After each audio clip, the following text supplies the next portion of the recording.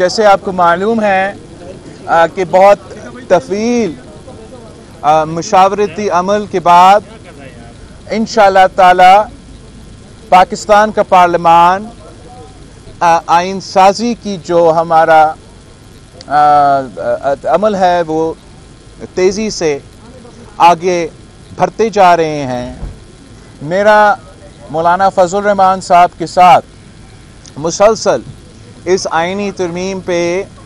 Judicial reforms پہ engagement رہا ہے اور شکر الحمدللہ کہ کراچی کے ہمارا انٹریکشن انگیجمنٹ کے بعد پاکستان پیپلز پارٹی اور JUI کی 100% اتفاق جہاں تک جوڈیشل ریفارمز کی جو آئین سازی ہونا ہے اور اس کے کانٹینٹ کے بارے میں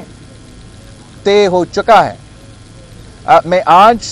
جو مولانا فضل الرحمان صاحب کے پاس موجود ہوں میں نے مولانا صاحب سے یہ تجویز کی کہ جب کہ حکومت جلد سیشن بلا رہے ہیں میرا خواہش یہ ہے کہ مولانا فضل الرحمان صاحب JUI خود جو ہمارا آپس کا طے شدہ اگریڈ کنسنسس جوڈیشل ریفارمز کی لیجسلیشن ہے کہ مولانا صاحب خود وہ باقاعدہ پارلیمان میں پیش کرے. اس لیے جتنے یہ ڈرافٹ پاکستان پیپلز پارٹی کا ہے اتنا وہ مولانا فضل الرحمان صاحب کا ہے. جہاں ہم شروع ہوئے وہ تو آپ کو معلوم ہے کہ آئینی عدالت بنانے تھے. اب ہم اتفاق اس بات پہ کیے کہ ہم نے آئینی بینچز بنانے ہیں. جو ہم نے 19ویں ترمیم کو ختم کرنا تھا وہ 19ویں ترمیم کو ختم کر کے ہم پارلیمان کو مزید طاقتور بنا رہے ہیں اور پارلیمان کی رول جوڈیشل اپوائنٹمنٹس میں دلوا رہے ہیں. جو مولانا فضل الرحمان صاحب کی اپنے منشور کے حصے تھے جہاں تک سود کے خلاف فیصلہ آیا تھا اعلیٰ عدلیت کی طرف سے ہمارا جو پیپلز پارٹی اور JUI کی ڈرافٹ ہے وہ جس طریقے سے مولانا فضل الرحمان صاحب چاہتا تھا ویسے ہی الف بے پے کما فل سٹاپ ایگزیکٹلی ہیں. اس پوائنٹ کے بارے میں ایک غلط فہمی پیدا اس لیے ہوا ہے کہ جو حکومت نے اپنی طرف سے نون لیگ پیپلز پارٹی اور JUI کا ایک ڈرافٹ بنا کے کل پاس کیا اس میں ایک غلط تاثر جا رہا ہے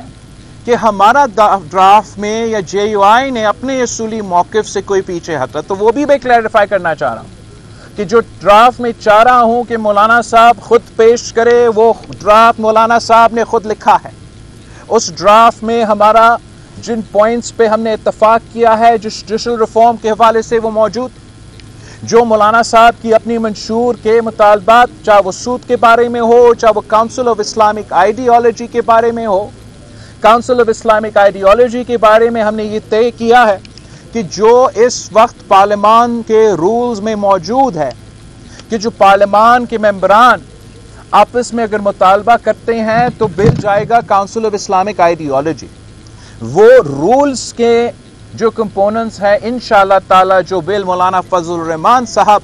مجلس شورا میں پیش کرے گا اس بل میں یہ کاؤنسل آف آئیڈیالوجی کا جو کمپوننٹ جس الفاظ کے ساتھ میں نے دہرایا اس کے